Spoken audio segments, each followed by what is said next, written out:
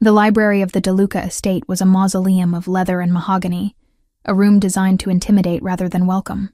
I wasn't supposed to be here when the master of the house was present, but the coaster under his crystal tumbler needed replacing, and the condensation was threatening the antique finish of the desk. My instructions were clear. Maintain the environment. Remain unseen. I was a ghost in a lilac uniform, a specter whose only purpose was to ensure that the dust motes didn't settle and the silver didn't tarnish. 7 o'clock, Mateo. You promised the senator we'd make an appearance. The voice cut through the heavy silence like a diamond on glass. Vanessa Grant stood by the fireplace, her posture rigid, her platinum blonde hair coiffed into a helmet of perfection that moved as a single unit when she turned her head. She was beautiful in the way a marble statue is beautiful. Cold, hard, and entirely incapable of warmth. She wore a dress of white silk that seemed daringly impractical for a house where a 6-year-old boy lived. But then again, Vanessa didn't dress for the family she was about to marry into. She dressed for the cameras that followed them. Matteo DeLuca didn't look up from the documents spread across his desk. At 33, he carried an air of authority that made the air in the room feel thinner. He was clean-shaven, his jawline sharp enough to cut, with dark hair kept short and disciplined. He wore a charcoal suit that fit him like a second skin, the kind of tailoring that announced power without needing to shout. I said I would try, Vanessa, Matteo replied, his voice a low baritone that vibrated through the floorboards. There is a situation in the logistics chain. It requires my attention tonight. I moved silently toward the desk, my eyes lowered. I swapped the coaster with a fresh one, my hand moving with practiced efficiency.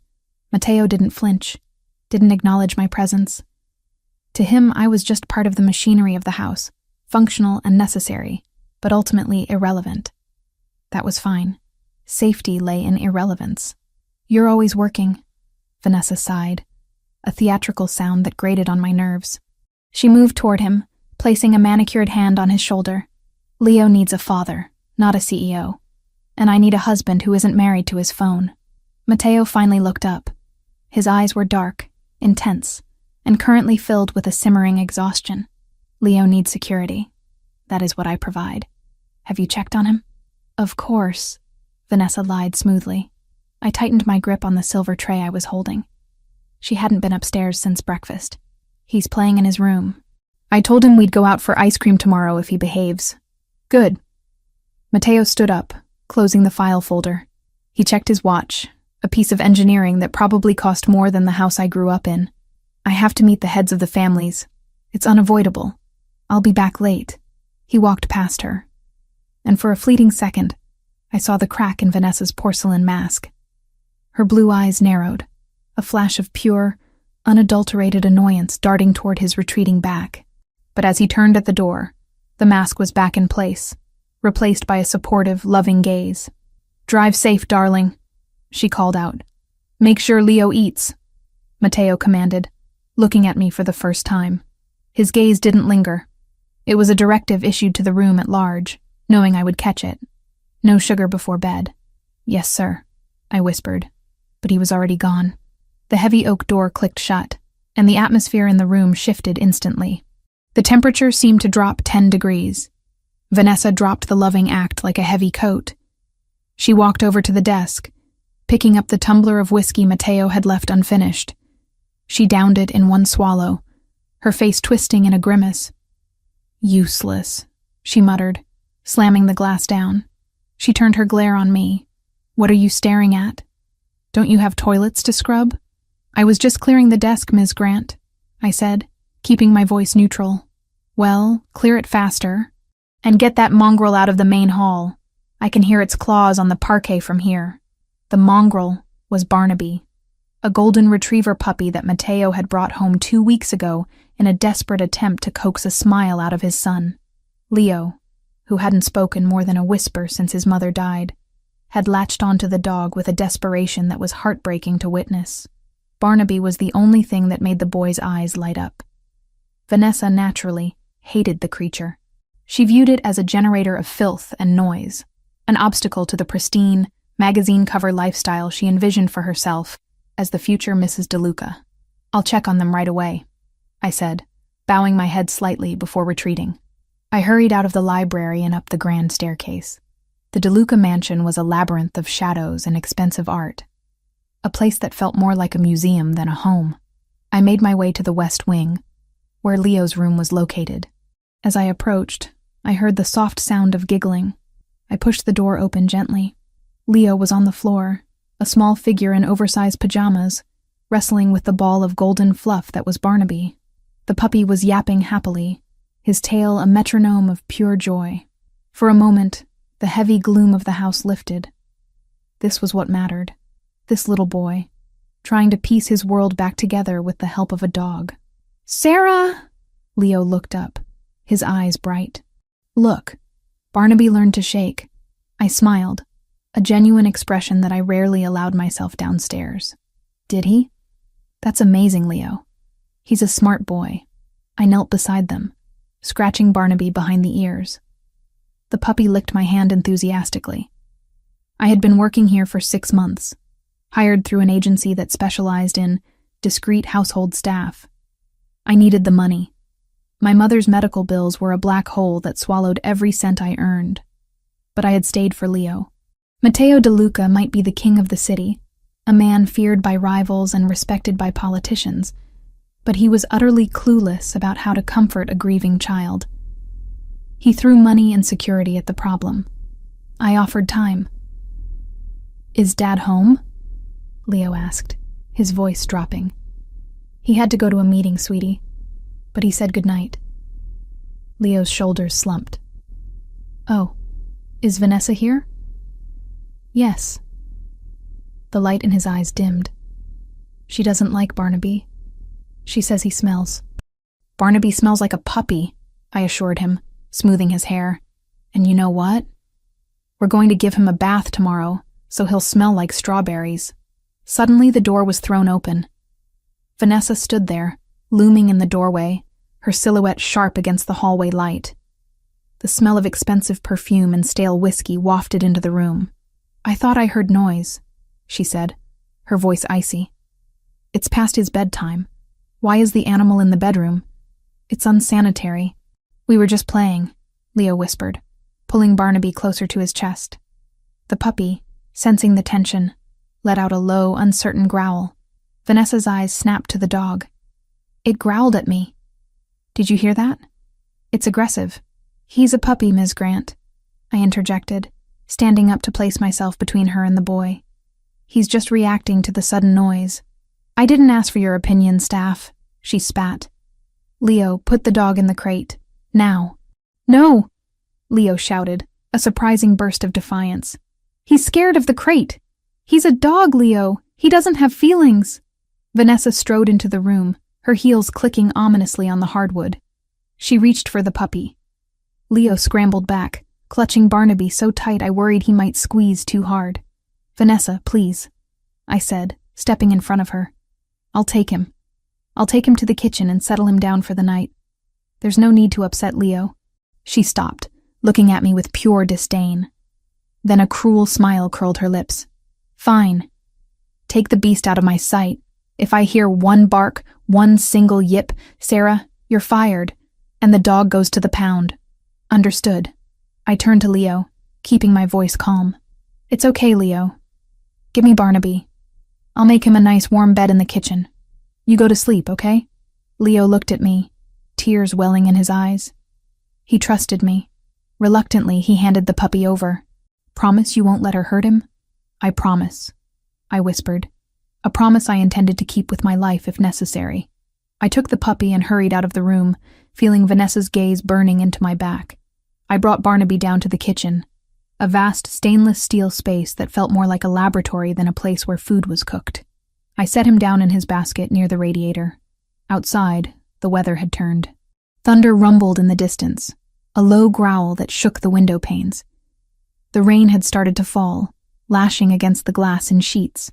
I spent the next hour scrubbing the marble floors of the foyer, my ears straining for any sound from upstairs. Barnaby was quiet. The house settled into a heavy silence. I was on my hands and knees, polishing a scuff mark near the front door, when I heard the click of heels again. Vanessa was descending the stairs. She had changed into a silk robe, a glass of wine in her hand. She looked bored, agitated. She walked to the window and looked out at the storm. "Miserable weather," she commented, mostly to herself. Then she turned her head, her eyes landing on the kitchen door. "Is the beast quiet?" "Yes, Ms. Grant. He's sleeping." "Good." She paused, a wicked thought seemingly crossing her mind. "Actually, I think I left my phone in the solarium, the one near the garden entrance." The solarium was on the other side of the house. "I can get it for you." "No," she said sharply. "I'll get it. You missed a spot there." She pointed a manicured nail at a microscopic speck of dust on the baseboard. I scrubbed harder, keeping my head down. I heard her walk away, but she didn't go toward the solarium. She walked toward the kitchen. Panic flared in my chest. I stood up, wiping my hands on my apron. "Ms. Grant?" I followed her. I reached the kitchen doorway just in time to see her standing over Barnaby's basket. The puppy was awake, wagging his tail, thinking she was there to play. "Disgusting thing," she sneered. She reached down and grabbed the puppy by the scruff of his neck. Barnaby yelped, a high-pitched sound of pain and confusion. "Ms. Grant, stop!" I forgot my place. I forgot the rules. "You're hurting him." She spun around, holding the squirming puppy in the air like a contaminated rag. It woke me up. I heard it breathing. "It's annoying." "He was asleep. Put him down." "I will," she said, her eyes gleaming with malice. "Outside. It's a storm out there. He's 10 weeks old. Then he'll learn to be tough, or he won't." She marched toward the back door, the one that led to the service entrance and the long driveway. "Vanessa, please. Mateo will be furious." I chased after her, grabbing her arm. It was a reflex, a desperate attempt to stop cruelty. She slapped me. It was a sharp, stinging blow across the cheek that made my eyes water. "Don't you dare touch me, you filthy little servant. You want to save the dog? Then go fetch." She opened the heavy service door. The wind howled into the kitchen, bringing a spray of freezing rain. Without a moment's hesitation, she threw Barnaby. She didn't just put him out. She hurled him into the dark, wet night. The puppy landed on the wet pavement with a sickening thud and immediately scrambled up, terrified, running blindly into the dark. "No!" I screamed. "Oops," Vanessa smirked, dusting off her hands. "Looks like he ran away. Mateo will be so sad." From the top of the stairs, I heard a scream. "Barnaby!" Leo was at the window on the second floor. He must have been watching, pressing his face against the glass, waiting for his father. Instead, he saw his stepmother throw his best friend into a hurricane. I didn't think. I didn't look at Vanessa. I didn't grab a coat. I ran. I bolted out the door into the storm. The cold was a physical shock, like plunging into ice water. The wind tore at my uniform, soaking it instantly. The rain was blinding, a wall of water that obscured everything. "Barnaby! Barnaby!" I shouted, my voice snatched away by the wind. I squinted into the darkness. The driveway was long, winding down to the main electric gates which opened to the busy coastal road. If the puppy ran that way, I saw a flash of golden fur near the hedges. He was running toward the lights of the street, confused and terrified. The gate. The gate sensor was broken. It sometimes stayed open too long after a car left. If Mateo had left recently, it might still be ajar. I sprinted. My shoes, thin loafers meant for indoor silence, slipped on the wet cobblestones. I nearly fell, scraping my hand against the rough stone of a planter, but I pushed myself up and kept running. My lungs burned. The rain plastered my hair to my face, blinding me. "Barnaby, come here. Here, boy." He didn't hear me. The thunder clapped overhead, a sound like a bomb going off. The puppy yelped and bolted straight for the gap in the iron gates. He was on the road. The coastal road was treacherous at night, even without a storm. Cars sped around the curves, their drivers blinded by the rain. I reached the gate, my chest heaving, just in time to see the puppy cowering in the middle of the asphalt, frozen by the twin beams of light coming around the bend. A delivery truck. It was moving too fast. The driver couldn't see the small animal in the deluge. Calculations flashed through my mind in a millisecond. Distance, speed, impact. There was no time to call him. No time to grab him and jump back. I launched myself. I dove onto the wet asphalt, my body a projectile of desperation. I hit the ground hard, the road tearing at the skin of my arms and knees. My hands found the wet fur of the puppy, and I curled my body around him, pulling him into my chest, tucking my head down, making myself the barrier between him and the world. I heard the screech of tires, the horrible grinding sound of rubber fighting against momentum on a slick surface. The horn blared, a deafening trumpet of warning that came too late. Something hit me. It wasn't the grill of the truck, thank God. It was the bumper clipping my leg as the driver swerved at the last second. The force spun me around on the pavement like a rag doll. Pain exploded in my ankle, a white-hot, sickening snap that vibrated up my shin. My head cracked against the tarmac, and the world went fuzzy at the edges. I rolled to a stop in the gravel on the shoulder of the road.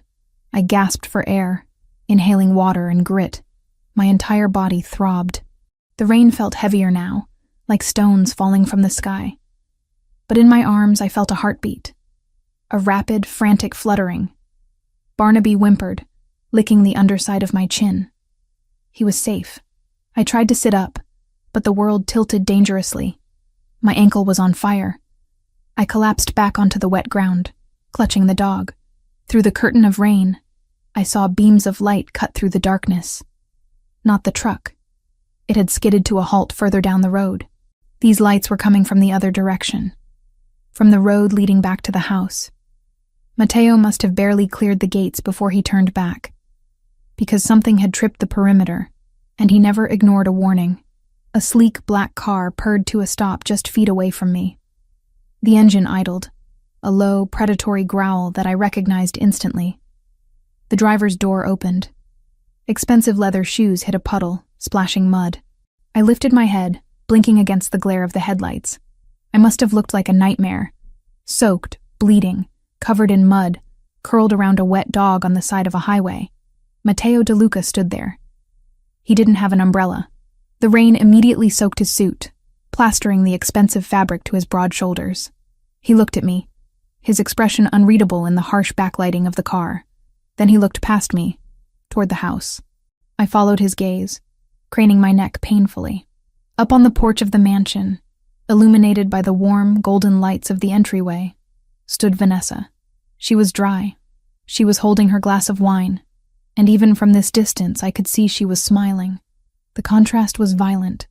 The woman he was going to marry, safe and cruel in her ivory tower, and the servant he barely knew, bleeding in the gutter to save the one thing his son loved. Matteo looked back at me. His eyes were dark voids, terrifyingly empty of their usual composure. He took a step toward me, and for the first time since I'd started working for him, I saw something other than indifference on his face. I saw shock, and beneath the shock, a dawning, terrible fury. I tried to speak, to apologize for the scene, for being on the ground, for the trouble. I got him, I rasped, my voice weak. He's okay. My head fell back against the gravel. The last thing I saw before the pain pulled me under was Matteo De Luca, falling to his knees in the mud beside me, his hands reaching out not like a boss reaching for an employee, but like a man reaching for a lifeline. The rain washed the blood from my arm onto his pristine cuffs, staining them irrevocably. The line had been drawn. The masquerade was over, and as the darkness encroached, I knew that tomorrow, the house on the hill would be a war zone. The world was a blur of rain and pain, anchored only by the unyielding grip of the arms that held me. I was being lifted, pulled from the cold gravel and the mud, pressed against a chest that felt as solid as the stone walls of the estate. The scent of expensive cologne mixed with the metallic tang of blood and the earthy smell of wet soil. I tried to pull away, conscious of the filth covering my uniform, the grime that was now smearing onto a suit worth more than my life's earnings. "Sir, your clothes," I mumbled, the words slurring slightly as shock began to set in. "I'm dirty." "Quiet," Matteo De Luca commanded.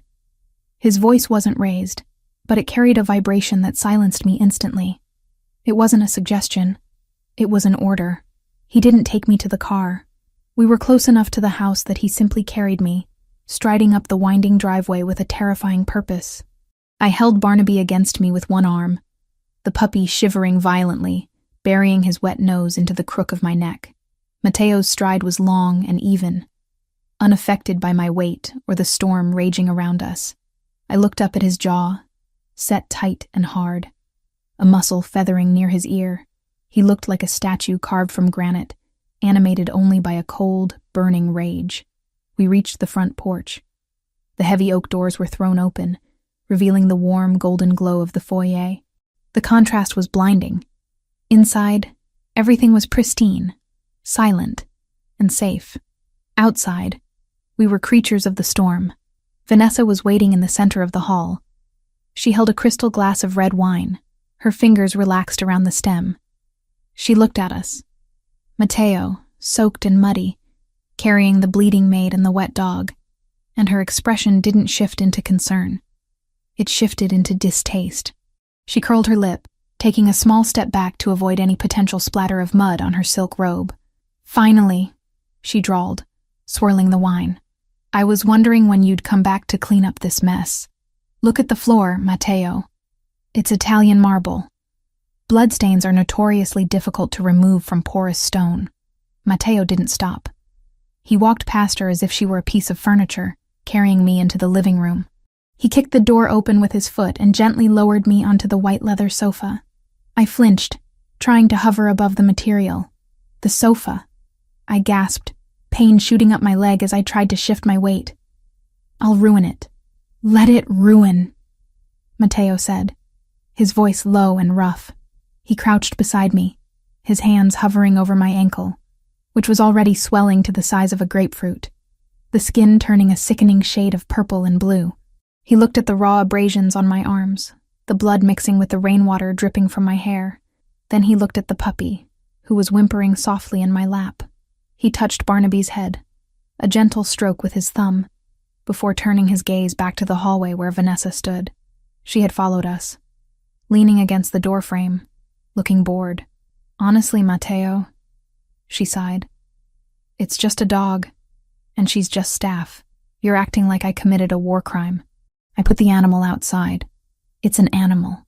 That's where they belong." Matteo stood up. The movement was slow, deliberate, and terrifying. He turned to face her. He didn't shout. He didn't throw anything. He simply looked at her with eyes that were absolute voids. The air in the room seemed to vanish, sucked out by the sheer intensity of his presence. "You threw my son's dog into a storm," Matteo stated. It wasn't a question. It was a summation of facts. "I put it out," she corrected, taking a sip of wine. "It was noisy. You watched her run onto a highway," he continued, taking a step toward her. "You stood on the balcony and watched her throw herself in front of a truck to fix your cruelty. And you laughed." Vanessa's smile faltered, just for a fraction of a second. She set the glass down on a side table. "Don't be dramatic. She's paid to manage the household. Dealing with the dog is part of her job description. If she was foolish enough to run into traffic, that's hardly my fault. It shows a lack of judgment, really. We should probably let her go." Matteo stopped a foot away from her. He towered over her, radiating a dangerous heat. "You are correct about one thing, Vanessa. Someone is leaving this house tonight." She smirked, tossing her hair over her shoulder. "Good. I'll call the agency in the morning and request a replacement. Someone less hysterical. Get out." The words were spoken softly, but they landed like physical blows. Vanessa blinked, her smile freezing in place. "Excuse me?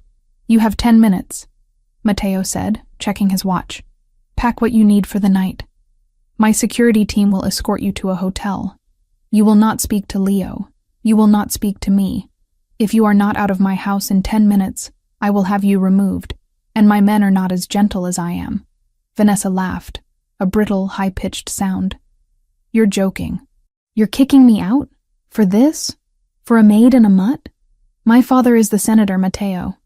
You need his connections for the port deal. You can't treat me like this. Your father's influence is a convenience, not a necessity," Matteo said, his voice dropping an octave, becoming lethal.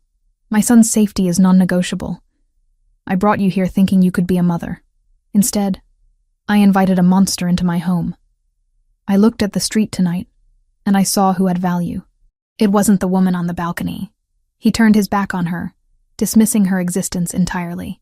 Marco! He shouted toward the hallway. The head of security appeared instantly, a hulking man in a dark suit who looked like he chewed rocks for breakfast. Ms. Grant is leaving, Mateo said, focusing his attention back on me. Escort her. Ensure she takes only what is hers. 10 minutes, Marco. Not a second more. Mateo! Vanessa shrieked, her composure shattering. You will regret this. You think you can humiliate me? I'll ruin you. I'll tell everyone what you really are. Everyone already knows what I am, Vanessa, Mateo murmured, kneeling beside the sofa again. That's why they fear me. You should have learned that lesson. Marco placed a hand on Vanessa's arm. She slapped it away, screaming insults, but he was immovable. He guided her forcefully out of the room.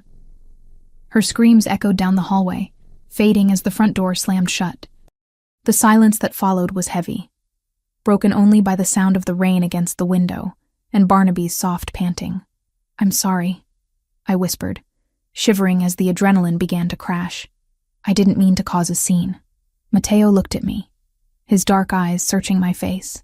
He took off his suit jacket, revealing the holster beneath his arm, and draped the heavy, warm wool over my shoulders. It smelled of him, cedar and rain. You saved a life tonight, Sarah, he said, using my name for the second time. It sounded strange on his tongue, heavy with weight. You have nothing to apologize for. You are the only person in this house who shouldn't be apologizing. Before I could reply, a small voice came from the doorway. Sarah? Leo stood there in his pajamas, clutching a blanket. His eyes were wide, terrified. He looked from his father to me, and then to the muddy dog in my lap. Barnaby! Leo cried out, sprinting across the room. He didn't look at his father. He ran straight to the sofa. Careful, Leo, Mateo warned, his hand shooting out to steady the boy before he could collide with my injured leg. Sarah is hurt. Leo stopped, his hands hovering over the dog. Tears spilled down his cheeks. Is he dead? No, sweetie, I said, forcing a smile despite the throbbing in my ankle. He's just wet and scared. But he's okay. Look. Barnaby licked Leo's hand, his tail giving a weak thump against my stomach. Leo buried his face in the dog's fur, sobbing. Vanessa said she sent him away. She said he was gone forever. Mateo stiffened. I saw his knuckles turn white as he gripped the armrest of the sofa. He watched his son, a look of profound pain crossing his features. He realized, in that moment, how much he had missed, how much he had allowed to happen under his own roof, because he was too busy building an empire to guard the fortress. Vanessa is gone, Leo, Mateo said, his voice unusually thick. She won't be coming back. Leo looked up at his father, skepticism warring with hope in his eyes. Promise? I promise, Mateo said. He reached out, hesitantly, and placed a hand on Leo's head. Leo didn't pull away. The family doctor arrived 20 minutes later, a discreet man with a leather bag and tired eyes. He set my ankle, bound it tightly, and cleaned the road rash on my arms. He prescribed painkillers and rest, strict bed rest. I can't stay in bed, I argued as he packed his bag.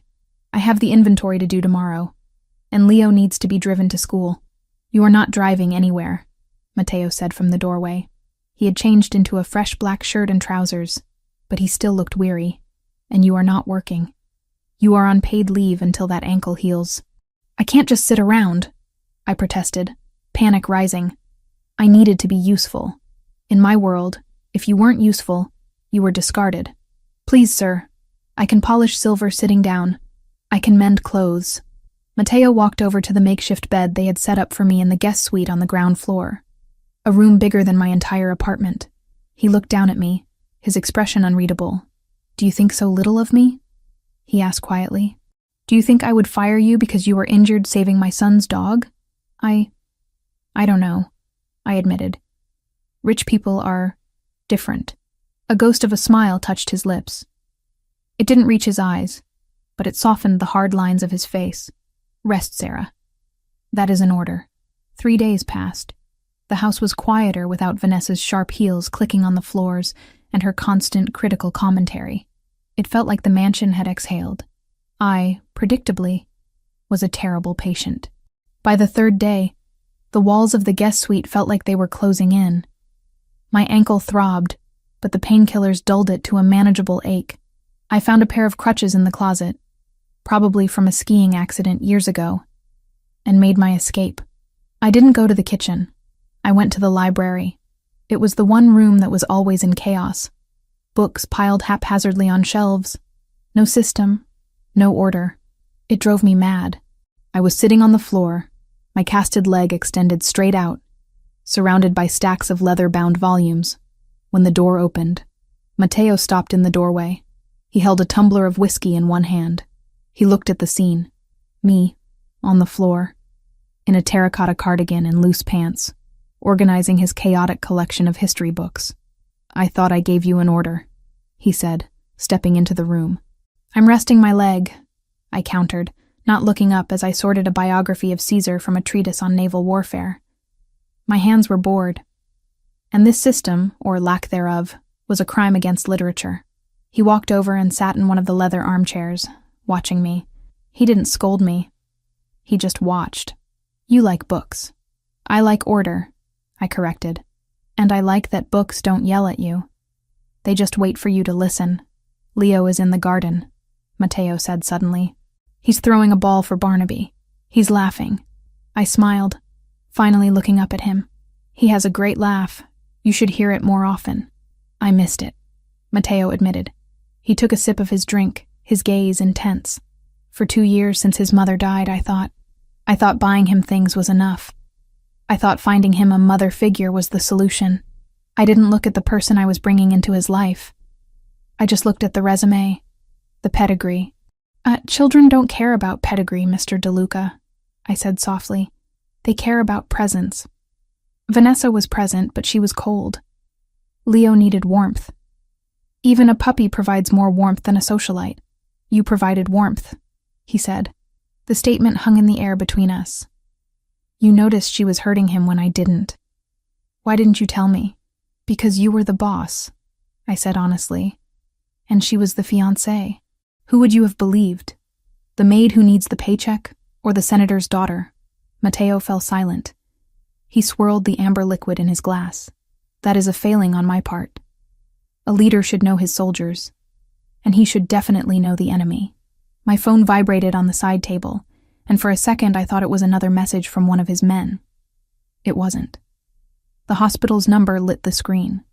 My throat tightened. "My mother," I answered with shaking fingers, keeping my voice low. "Miss Evans?" The nurse sounded tired, practiced. "We need to confirm payment arrangements for your mother's care." "I'm working on it," I said, the words tasting like failure. Matteo's eyes snapped to mine. "Your mother," he said. I nodded. He held out his hand. "Give me the phone." I hesitated, then passed it over. His voice turned calm, cold, and final. "This is Matteo DeLuca. Send the itemized statement to the address I'm about to give you. The balance is settled. From now on, you don't call her for money. You call my office." He ended the call and set the phone down, as if it weighed nothing. "I didn't ask you to do that," I whispered. "You didn't have to," he said. "Your mother is not leverage, and you are not a debt ledger. Not anymore." "I'm not a soldier," I said. "No," he agreed, his eyes locking onto mine. "You are something else entirely. You have a spine of steel, Sarah Evans. I saw you face down a truck. I saw you stand up to me when I told you to stay in bed. I respect that." The air in the library shifted. It wasn't the cold, suffocating tension of before. It was something warmer, heavier. A recognition. For the first time, he wasn't looking at me as a function of the house. He was looking at me as an equal, perhaps even a superior in matters of the heart. "Tell me about Leo," he said, leaning forward, elbows on his knees. "Not his grades, not his schedule. Tell me what he likes. Tell me what he's afraid of." And so we talked, for hours. I told him about Leo's fear of the dark, about how he whispered to the spider plants in the solarium because he thought they were lonely. I told him that Leo wanted to be an astronaut, not a businessman. Matteo listened with an intensity that he usually reserved for war councils. He asked questions. He took mental notes. By the time the grandfather clock chimed midnight, the dynamic of the house had fundamentally shifted. We weren't just employer and employee anymore. We were co-conspirators in the raising of a boy. But while peace settled inside the walls of the DeLuca estate, malice was festering outside. Vanessa Grant was not a woman who accepted defeat. Humiliation was a fuel to her, and she burned with it. She sat in a hotel suite downtown, the luxury of the room doing nothing to quell her rage. She had been thrown out like garbage. She had lost the status, the money, the power. She picked up her burner phone. She didn't call her father. The senator would just lecture her on losing a catch like DeLuca. She dialed a number she had memorized weeks ago. A number she had found in Matteo's private study when she was snooping for jewelry. It belonged to a man named Vargas, a lieutenant in the Sinaloa cartel, the DeLuca family's greatest rivals. "I have something you want," Vanessa whispered into the phone, watching the city lights below. "I doubt that, putana," a rough voice answered. "I have the layout," she said, her voice trembling with spite. "I have the blind spots in the cameras. I have the shift changes of the guards. And I have the override codes for the perimeter gates. Matteo DeLuca thinks his fortress is impenetrable. I have the key." There was a silence on the other end. Then, a low chuckle. "What do you want?" "I want him to hurt," she hissed. "I want him to lose what he loves most. Burn it all down." Back at the mansion, 2 days later, the atmosphere was deceptively calm. I was in the kitchen, chopping vegetables while seated on a stool, Leo helping me by washing the lettuce, mostly splashing water on the floor. Barnaby was sleeping under the table. Matteo had just come in, loosening his tie, actually smiling at the scene. "Something smells good," he said, reaching for a piece of carrot. "Hey, that's for the salad." Leo giggled, slapping his father's hand away. Matteo laughed, a rusty, genuine sound. He looked at me, and there was a heat in his gaze that made my breath hitch. Then, the lights flickered. It was subtle at first, a quick dip in voltage. Then, the panel on the wall by the fridge beeped. A single red light began to flash on the security console. "What was that?" I asked, pausing with the knife in my hand. Matteo's smile vanished instantly. The father disappeared. The dawn returned. He moved to the console, tapping the screen. His frown deepened. "System glitch," he muttered. "The perimeter sensors in Sector 4 are offline." "Sector 4? I asked. "That's the back delivery entrance. The one Vanessa used to—" I stopped. Matteo froze. He looked at me, and the realization hit us both at the same time. Vanessa knew that gate. She knew the sensor was faulty. "Get Leo," Matteo said, his voice dropping to a calm, terrifying command. "Go to the library. Stay away from the windows." "Matteo?" "Now, Sarah." He drew his phone from his pocket, dialing Marco as he strode toward the gun safe concealed in the pantry. "We have a breach. Sector 4. It's not a glitch." The peace was over. The rupture had healed the family inside, but it had opened the gates to the wolves outside, and they were hungry. The phone on the kitchen island vibrated, a harsh, buzzing insect sound that sliced through the lingering tension of the flickering lights. The screen lit up with a name that made the blood drain from Matteo's face. Dante, his second in command. It was late. Dante never called this late, unless the world was ending. Matteo answered, pressing the phone to his ear with a force that whitened his knuckles. He turned away from me, his body language shifting from the domestic warmth of a father to the rigid, coiled violence of a Don. I watched his back muscles tense under his shirt. "Report," he barked. Silence stretched for a heartbeat, and then Matteo's voice dropped, becoming deadly quiet. "How bad? Both of them? That's impossible. The suppression system should have—" He listened, and I saw his hand clench into a fist on the marble countertop. "Get the men. All of them. I'm coming." He hung up and turned to face me. The transformation was complete. The man who had been laughing about lettuce a minute ago was gone. In his place was a warlord. "What is it?" I asked, my hand instinctively going to Leo's shoulder. "The warehouses at the docks," Matteo said, his voice devoid of emotion, which was far more terrifying than if he had shouted. "There was an explosion, a coordinated strike. We've lost the shipment, but worse, the fire is spreading to the main armory. It's a declaration of war. Is it Vanessa?" I whispered. "This is too big for Vanessa." Matteo shook his head, checking the magazine of his pistol with practiced ease. "This is military grade. It's the Sinaloa cartel. They've decided to make a move on the territory while they think I'm distracted with domestic issues." He looked at the security panel on the wall.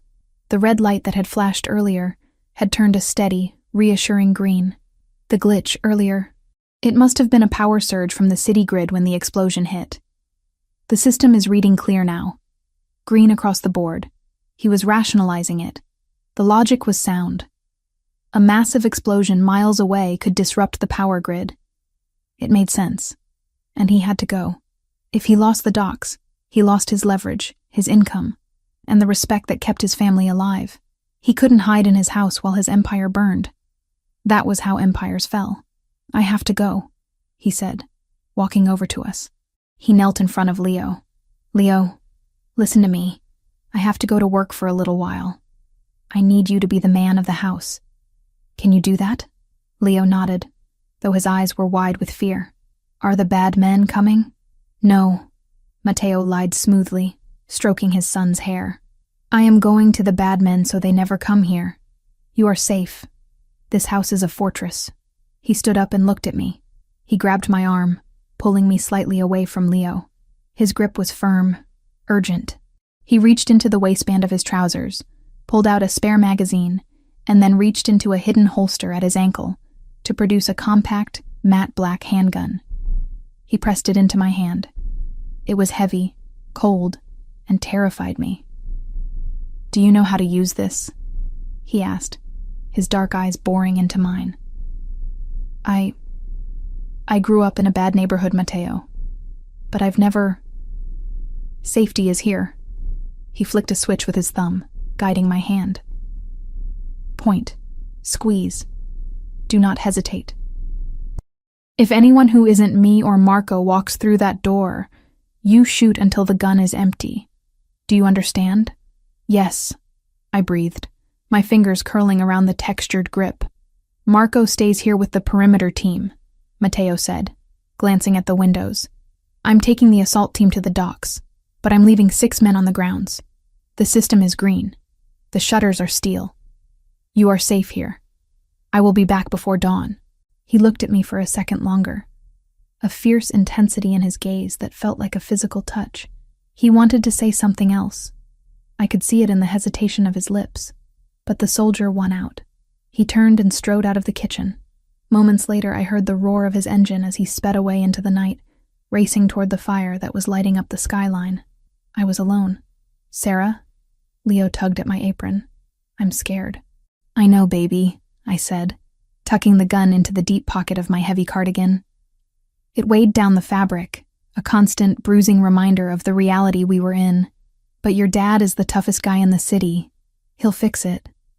Come on, let's go to the library. It has no windows on the ground floor. We'll build a fort." We moved to the library.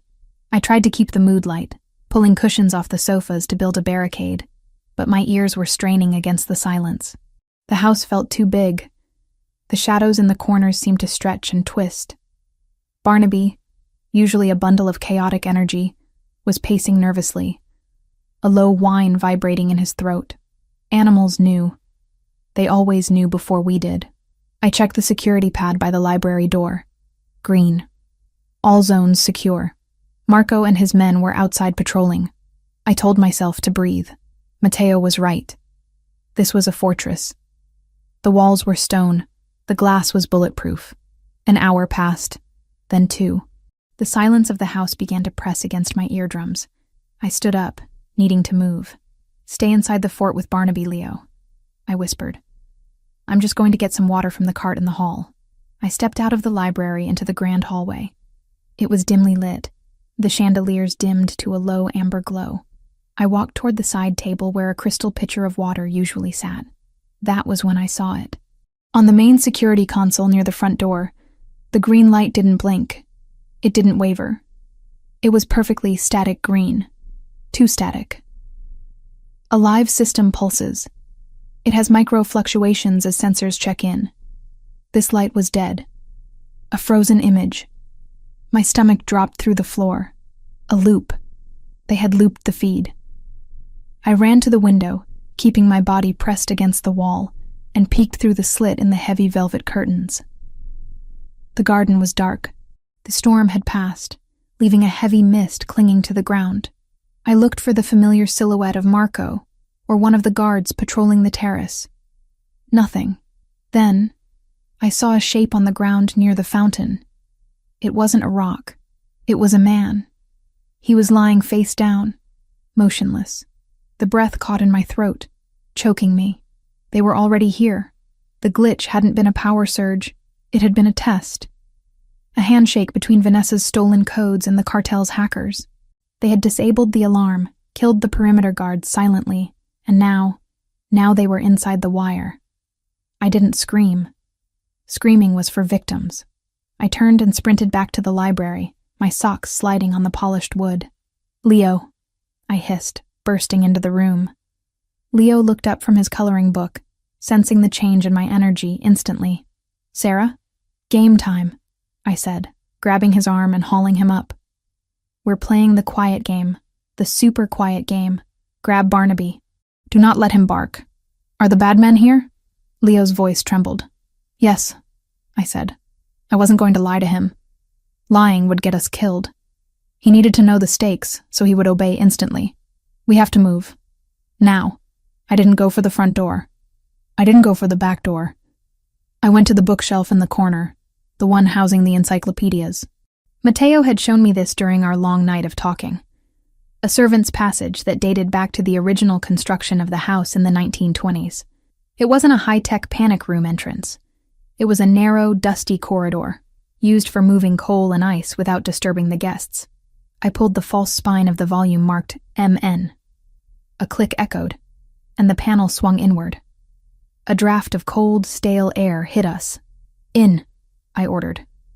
Leo scrambled inside, clutching the puppy. I followed, pulling the bookshelf closed behind us just as I heard the front door of the mansion burst open. It wasn't a stealth entry anymore. It was a breach.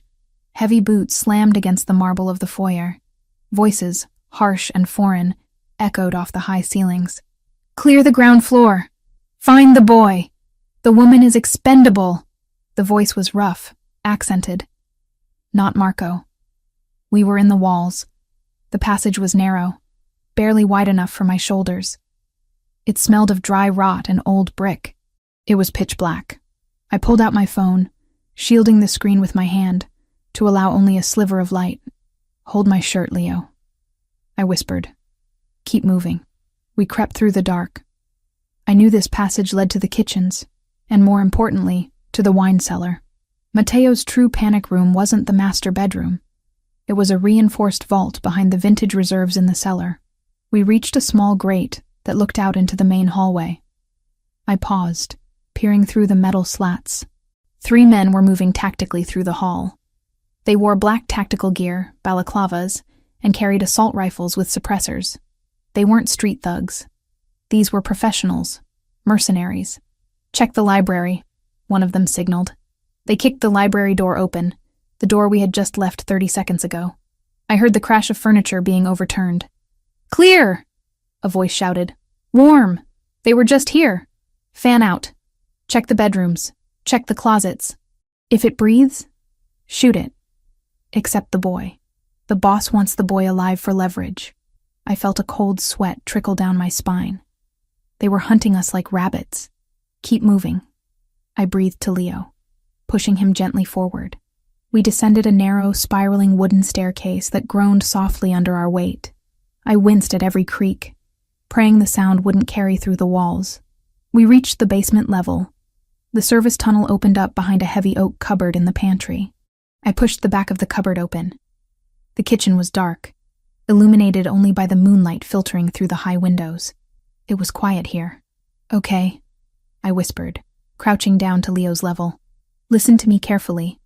The wine cellar is through that door. Remember the code Daddy taught you? The one for the special room?" Leo nodded, tears streaming down his face. "Variable 1, 9. That's it. Variable 1, 9, 8, 4. Okay? You are going to run to the cellar. You are going to type that in. The wall will open. You go inside with Barnaby and you press the green button to close it. And you do not open it. Not for anyone. Not even for me. Only for your dad. Do you understand? But you're coming too." Leo grabbed my hand, his small fingers digging into my palm. "Sarah, come too." I looked at the distance. The pantry was 20 feet from the cellar door, but the cellar door required the code to be punched in on the keypad. It took time. 5 seconds to type. 5 seconds for the hydraulics to engage. 10 seconds. Above us, I heard heavy footsteps directly overhead. They were in the kitchen hallway. They were coming down. If we both ran, we might make it. But if they saw the cellar door closing, they would have the location. They would bring drills. They would bring explosives. A panic room is only a coffin if the enemy has time to work on it. I needed them to look away. I needed them to chase a ghost while the boy disappeared. "I have to lock the door behind you," I lied, my heart breaking as I looked into his terrified eyes.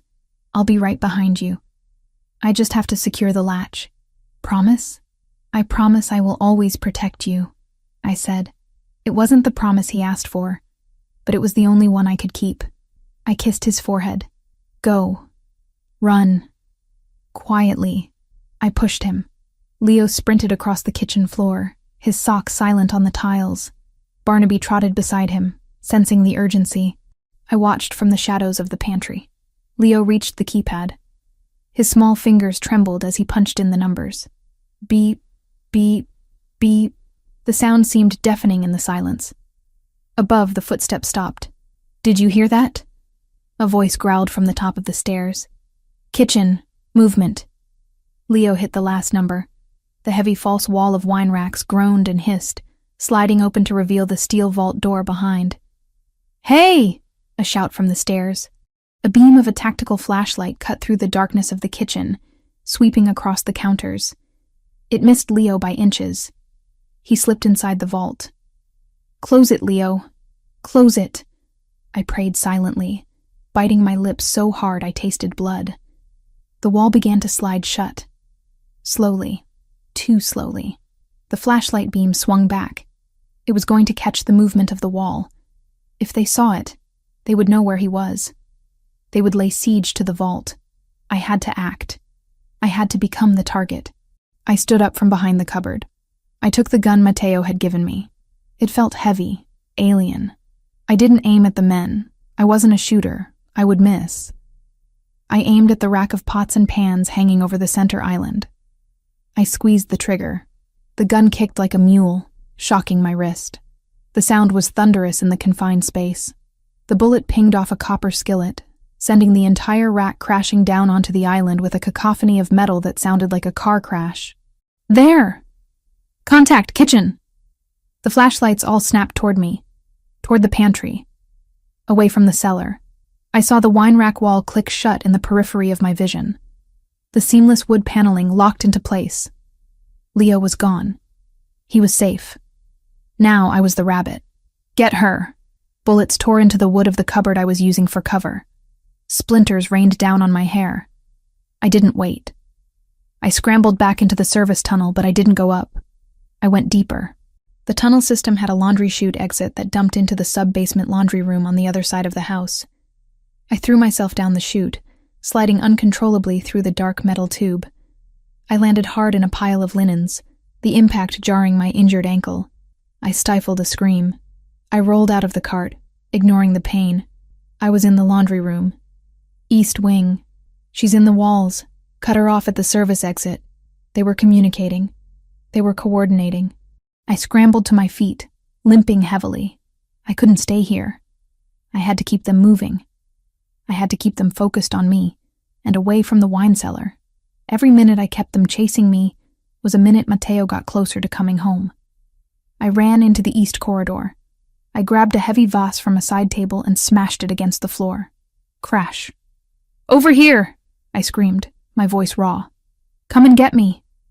I heard the boots pounding on the floorboards above. They were swarming. I wasn't a soldier. I wasn't a spy. I was a maid. But I knew this house. I knew that the floorboard on the third step of the east staircase creaked. I knew that the door to the conservatory stuck if you didn't lift the handle. I knew that the laundry chemicals were stored in the utility closet under the stairs. I made it to the kitchen utility closet just as the first mercenary burst through the double doors at the end of the hall. He saw me. He raised his rifle. I dove into the closet, slamming the door and locking it. Bullets shredded the wood, punching holes of light through the doorframe. I huddled on the floor, surrounded by bleach and ammonia. I looked at the chemicals. Matteo had told me to shoot until the gun was empty, but a gun was just a tool. A household had 1,000 tools if you knew how to use them. I grabbed a bottle of ammonia and a bottle of bleach. I knew enough chemistry to know you shouldn't mix them in a bucket because it created chloramine gas. Deadly, choking gas. Perfect. I crawled toward the ventilation duct at the back of the closet.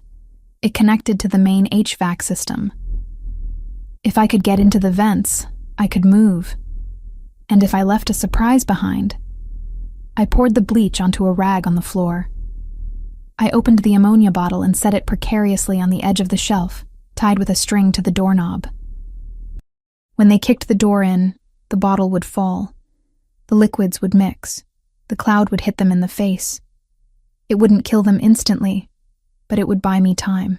I unscrewed the vent cover, my fingernails tearing against the metal. The gunfire stopped. "Breaching charges," a voice yelled. They were going to blow the door. I squeezed into the vent, dragging my bad leg behind me. It was tight, claustrophobic, and filled with dust. I pulled the grate back into place just as a deafening boom shook the walls.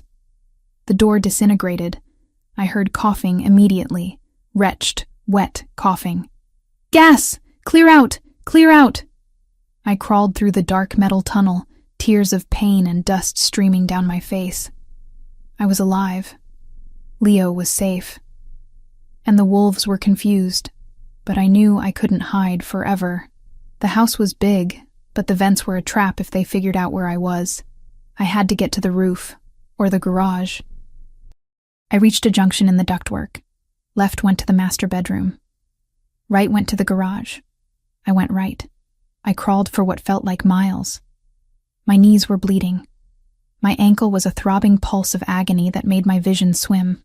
I reached the vent above the garage. I peered through the slats. 3 more mercenaries were standing by the cars. They were checking under the chassis, looking for me? No. They were planting explosives. They were rigging the escape vehicles. They wanted to make sure no one left. I couldn't drop down there. I was trapped. Then, my phone vibrated in my pocket. A single buzz. I pulled it out, shielding the light. A text from Matteo. "Warehouse secured. False alarm. On my way back. ETA 8 minutes. Status? False alarm." The words should have calmed me, but they did the opposite. If it was a false alarm, it meant someone had tried to pull him away from home. A decoy, a diversion, a spark meant to lure the lion from his den. He'd handled it and turned around. But he was coming back expecting green lights and loyal walls, and the walls had already been breached. 8 minutes. I looked down at the men planting bombs. If Matteo drove into the driveway, they would ambush him. He was expecting a secure home. He was expecting the green light. He didn't know the house had fallen. I couldn't just hide and wait for rescue. I had to warn him, or I had to clear the landing zone. I texted back, my fingers shaking so hard I could barely type. Ambush. House taken. Leo safe in vault. I am trapped. Do not come in front door. I hit send. The message status spun. Sending. Then it turned red. Not delivered. The mercenaries had a jammer. Of course they did. They had cut the cell signals. I was on my own. Matteo was driving into a trap. Leo was locked in a box. and I was in a vent with half a magazine of ammo and a twisted ankle. I looked down at the garage again. There was a red jerry can of gasoline on the workbench, near where the men were standing. I looked at the gun in my hand. I remembered Mateo's voice. Point. Squeeze. I took a deep breath, steadying my hand on the metal of the vent grate. I lined up the sights on the red can. This wasn't about cleaning anymore.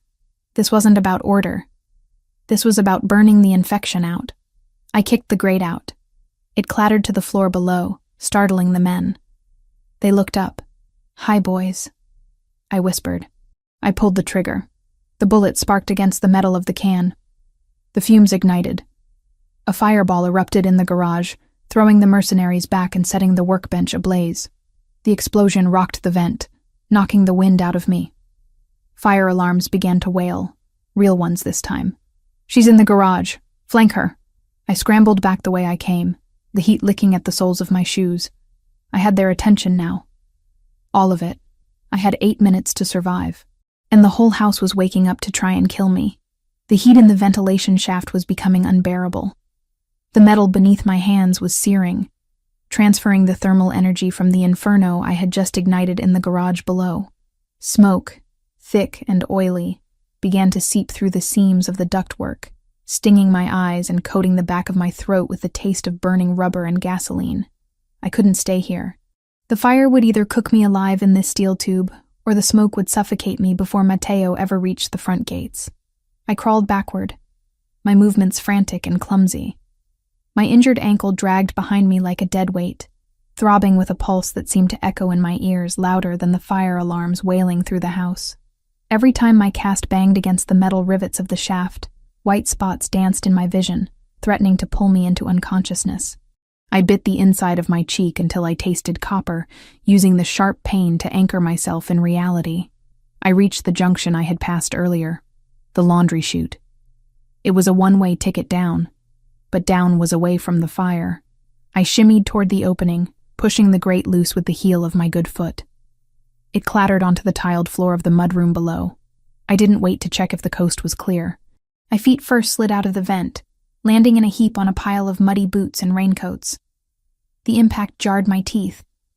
I stifled a cry, rolling onto my side, clutching the gun Mateo had given me. My hands were shaking so bad I was terrified I might accidentally discharge the weapon and give away my position before I was ready. "Check the perimeter. The fire is a distraction." The shout came from the west wing. They were smart. They knew I wouldn't burn the house down with myself inside unless I had an exit strategy. They assumed I was trying to flush them out so I could run. But I wasn't running. I was buying time. 4 minutes gone. 4 left. I hauled myself up, using a coat rack for support. My reflection caught in the mirror by the door. A woman I barely recognized. My face was streaked with soot and blood. My hair a tangled mess of drywall dust and cobwebs. My eyes wild and feral.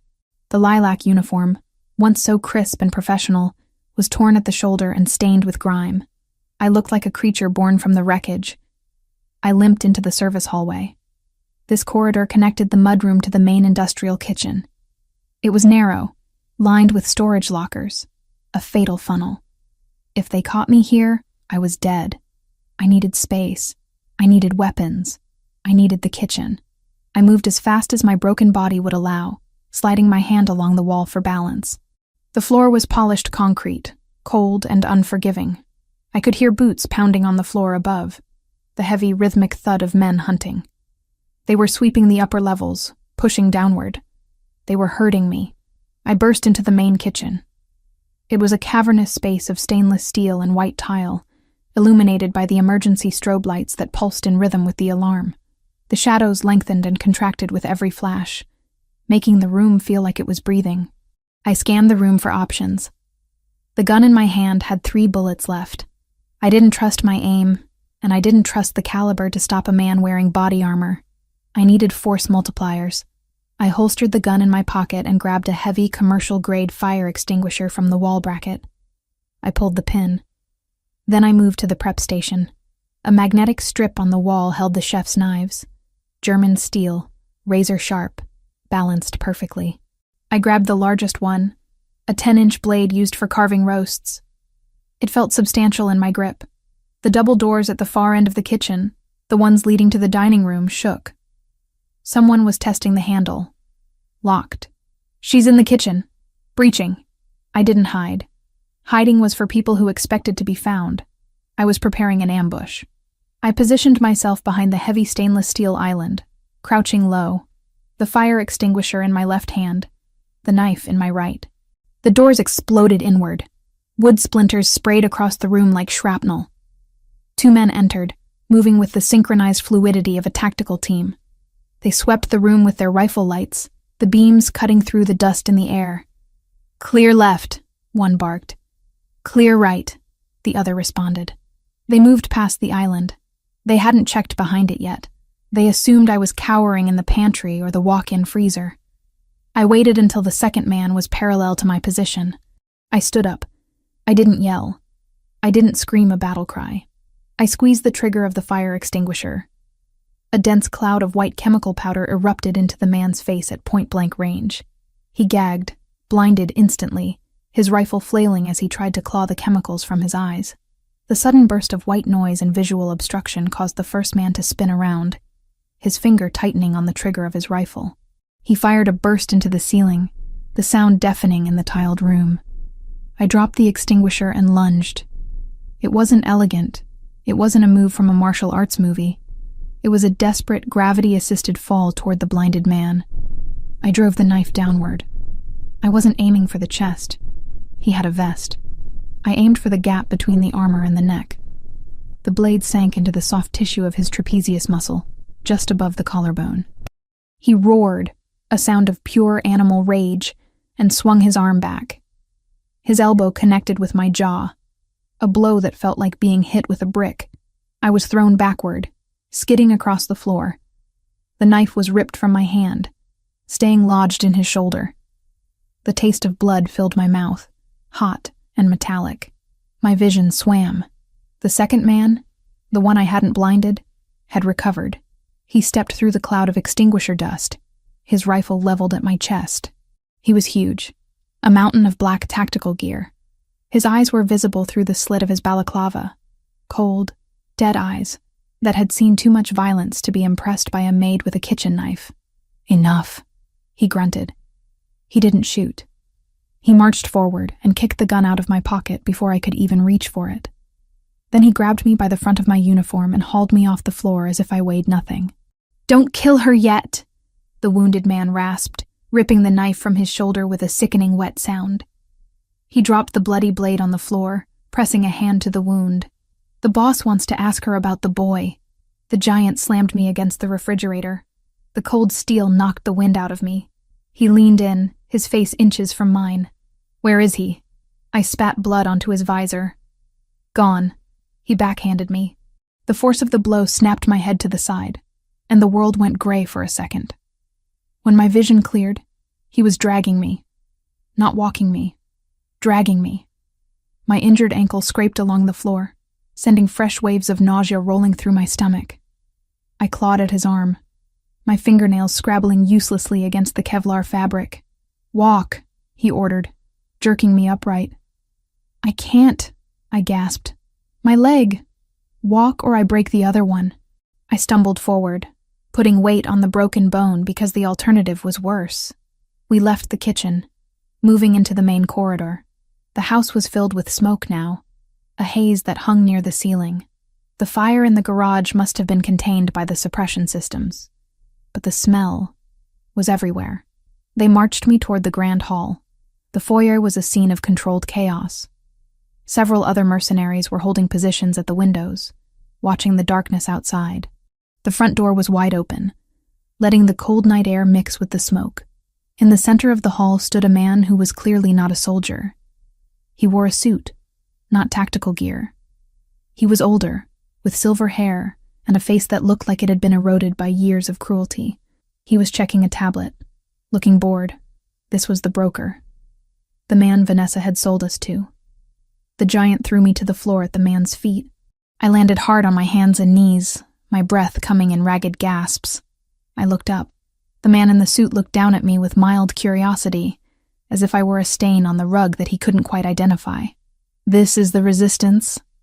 he asked, his voice smooth, cultured, a stark contrast to the violence of his men. "A domestic servant?" "She rigged the garage," the wounded mercenary said, stepping forward. He was pale, blood soaking the shoulder of his uniform. "She burned the extraction team." The man in the suit sighed, tapping his tablet. "Resourceful. Inconvenient, but resourceful. Where is the DeLuca heir?" I stayed silent, glaring at him. I tried to summon the image of Matteo, his cold confidence, his unyielding strength. I needed to be a wall that protected the vault. "I asked you a question, my dear," the man said, crouching down so his face was level with mine. He smelled of expensive tobacco and mints. "We have drilled the locks on the upper floors. The boy is not in his room. He is not in the playroom. He is not in the staff quarters, which leaves the hidden spaces, the panic rooms. He's not here." I lied, my voice rasping. "I sent him away. Before you breach the perimeter." "Impossible." The man smiled, a thin reptile expression. "We have been watching the thermal feeds for hours. No one left the house. The boy is inside, and you know exactly where." He stood up and nodded to the giant. The mercenary grabbed my hair, yanking my head back. He pressed the cold barrel of his pistol against my temple. The metal felt like ice against my skin. "Matteo DeLuca is a man of secrets," the suit said, walking around me in a slow circle. "He builds vaults. He builds tunnels. But every lock has a key. And right now, you are the key. Go to hell," I whispered. The man stopped walking. He looked at his watch. "We are running out of time. The fire department will be here in 10 minutes. DeLuca may be sooner. I need the boy now. If we have the boy, we have the leverage to walk out of here. If we don't," he shrugged, "then we have to leave a message. A very messy message." He signaled the mercenary. "Break her fingers. One by one. Start with the left hand. She's right-handed, judging by the knife work." The giant holstered his gun and grabbed my left hand. His grip was like a vice. He isolated my index finger. "No!" I screamed, trashing against him. "No, I don't know. I swear." "Where is he?" the suit asked calmly. "I won't tell you. You'll kill him." "We won't kill him. He's worth $50 million. You, however, are worth nothing." The giant applied pressure. Pain, sharp and blinding, shot up my arm. He was going to snap it. "Wait!" I shouted. "Wait!" The pressure stopped. The suit raised an eyebrow. "Yes?" "The wine cellar," I sobbed, slumping forward in defeat. I had to give them something. A decoy, a half-truth. "He's in the wine cellar. There's a crawl space behind the racks." The suit smiled. "See? Was that so hard?" He turned to the wounded man. "Check it. Take 2 men. If the door's locked, blow it." The men ran toward the kitchen. I squeezed my eyes shut. I had bought maybe 3 minutes. They would find the vault door. They would see the keypad. They would start drilling. "And you," the suit said, looking down at me. "You have been a nuisance." "I don't like nuisances." He pulled a sleek silver pistol from inside his jacket. He didn't look angry. He looked efficient. He racked the slide. "You have served your purpose." He aimed at the center of my forehead. I stared down the barrel. It looked like a tunnel, a dark, infinite tunnel. I didn't pray. I didn't think of my mother. I thought of Leo, safe behind steel. I thought of Matteo. I kept my promise. I thought, he's safe. The man's finger tightened on the trigger. I saw the muscles in his forearm flex. Click. The sound wasn't the gun firing.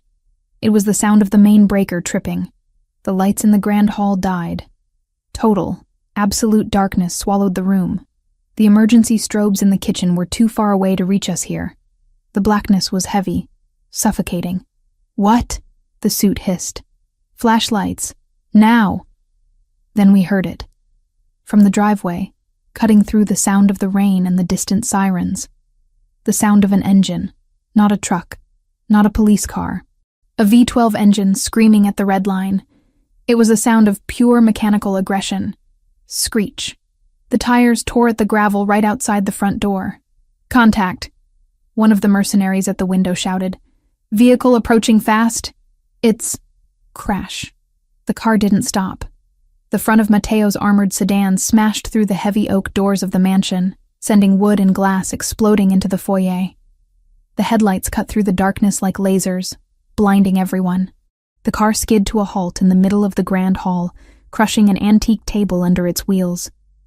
The mercenaries scrambled back, raising their weapons, blinded by the high beams. The driver's door flew open before the car had even fully stopped. Matteo De Luca stepped out. He wasn't wearing his suit jacket. His white shirt was unbuttoned at the collar, sleeves rolled up. In his hands, he held a carbine rifle. He didn't look for cover. He didn't shout instructions. He stood in the open, bathed in the light of his own headlights, looking like a demon summoned from the underworld. The man in the suit, the one who had been about to execute me, shielded his eyes, trying to aim. Matteo didn't hesitate. He raised the rifle. The king had returned to his castle, and he had brought the storm with him. The arrival of Matteo De Luca was not merely an entry. It was a localized tectonic shift that rearranged the hierarchy of power within the room instantly. The sedan sat in the center of the foyer, its engine block ticking from the heat, surrounded by the shattered remains of the antique front doors and a cloud of drywall dust that swirled in the beams of the headlights. The man in the suit, the broker who had held my life in the balance only seconds prior, was blinded by the harsh illumination.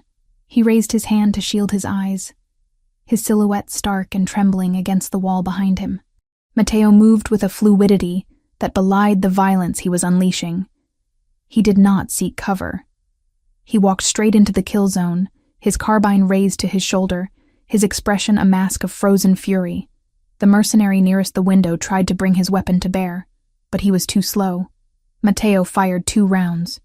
The sound was not a bang, but a sharp, cracking whip crack that echoed painfully in the confined space. The mercenary crumpled, his weapon clattering uselessly to the marble floor. The broker scrambled backward, tripping over my prone form.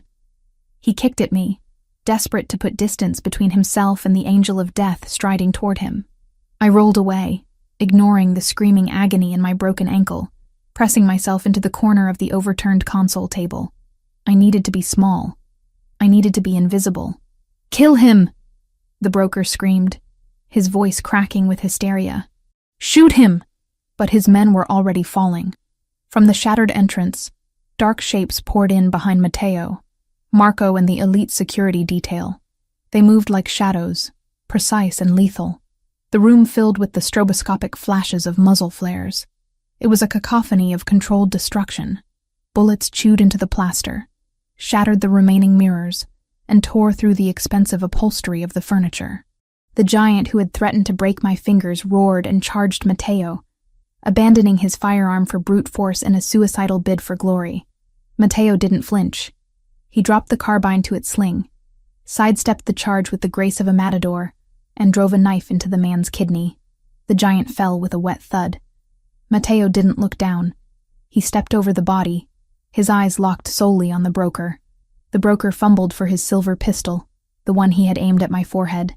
His hands were shaking so violently he could barely rack the slide. Matteo was upon him before he could raise the weapon. Matteo didn't shoot him. That would have been too quick. He kicked the gun out of the broker's hand, the metal skittering across the floor into the darkness. Then, he grabbed the man by the throat and slammed him against the wall. The impact shook a painting loose from its frame. "You are in my house," Matteo whispered, his voice cutting through the ringing in my ears. It was a terrifyingly intimate sound. "You touched my family," the broker gagged, clawing at Matteo's leather-gloved hand. "It was just business, De Luca, just business. Business is negotiable," Matteo said, tightening his grip until the man's face turned a mottled shade of purple. "This is extinction." Matteo drew his sidearm and pressed the barrel under the man's chin. There was no hesitation, no moment of moral conflict. He pulled the trigger. The broker slid down the wall, leaving a streak of crimson behind him. His business concluded permanently. The room fell silent. The gunfire had ceased. The only sounds were the heavy breathing of the security team, the distant wail of sirens approaching from the city, and the crackle of the fire in the garage that was finally dying down under the suppression system. Matteo stood amidst the carnage, his chest heaving. He looked around the room, scanning for threats, scanning for movement. Then, his eyes landed on me. I was huddled in the corner, covered in dust, blood, and the chemical residue of the fire extinguisher. My leg was bent at an unnatural angle, and I was shivering uncontrollably from the adrenaline crash. The weapon dropped from his hand. He crossed the distance between us in 2 strides, falling to his knees on the glass-strewn floor. He didn't care about the shards cutting into his trousers. He reached out, his hands hovering over me, afraid to touch, afraid he might find something broken that couldn't be fixed. "Sarah," he breathed, his voice raw. "Look at me." I lifted my head. I tried to speak, but my throat was parched and swollen from the smoke. All I could manage was a ragged exhale. "I'm here," I whispered. He pulled me into him. It wasn't a gentle embrace. It was a collision. He buried his face in my neck, his arms wrapping around me so tightly it almost hurt. I could feel his heart hammering against my chest, a frantic rhythm that matched my own. He smelled of gunpowder and rain, a scent that would forever define safety in my mind. I thought I was too late. He murmured into my hair. "When I saw the gate, when I saw the fire." "Leo," I gasped, pulling back slightly to look him in the eyes. "The vault, the kitchen." Matteo nodded, his expression hardening again. "Marco, secure the perimeter. Get the medical team in here." "Now!" He scooped me up into his arms. I cried out as my ankle shifted, but he held me firm, carrying me toward the kitchen, as if I weighed nothing. We moved through the smoke-filled corridor, past the bodies of the men I had blinded and fought. Matteo looked at the carnage, the knife on the floor, the scorch marks from the garage vent, and his jaw tightened. He saw the story of my survival written in the blood and ash. The kitchen was dark, lit only by the flashlights of Marco's men who had already cleared the room. The men who had been sent to drill the vault lay dead near the island, neutralized by the team that had flanked them from the garden entrance. The wine rack wall stood closed, intact. Matteo set me down on one of the few remaining stools, keeping a steadying hand on my back. He walked to the keypad. His fingers were steady now as he punched in the code. The hydraulics hissed. The heavy wooden wall slid back. For a second, there was only darkness inside the steel vault. Then, a small, trembling voice. "Dad?" Matteo dropped to his knees at the entrance. "Leo, it's me. It's over." Leo ran out of the darkness, Barnaby close at his heels. The boy launched himself into his father's arms, sobbing. Matteo caught him, burying his face in the boy's small shoulder, closing his eyes. It was a tableau of relief so profound it felt like an intrusion to watch. Barnaby barked, running circles around them, his tail wagging furiously. Leo pulled back, wiping his eyes with dirty hands. "Sarah hit us. She played the quiet game. She went outside to trick the bad men." Matteo looked up at me over his son's head.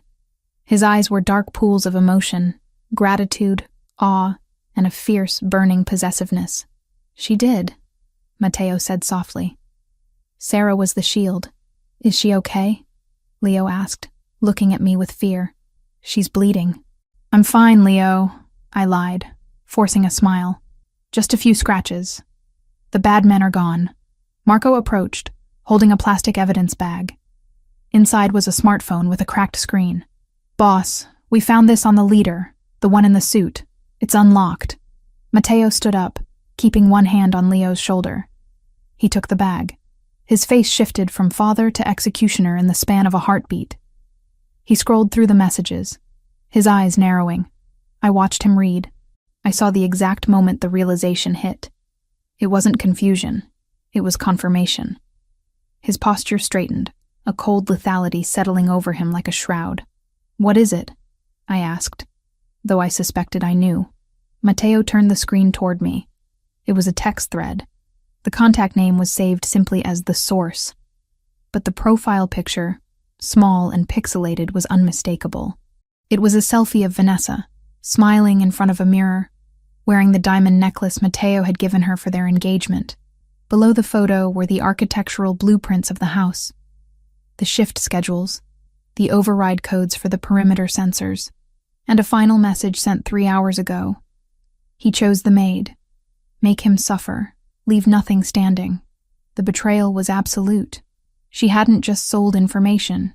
She had ordered a massacre. She had signed the death warrant for a 6-year-old boy because his father had bruised her ego. She gave them everything, Matteo said, his voice terrifyingly calm. She sold my son to the cartel.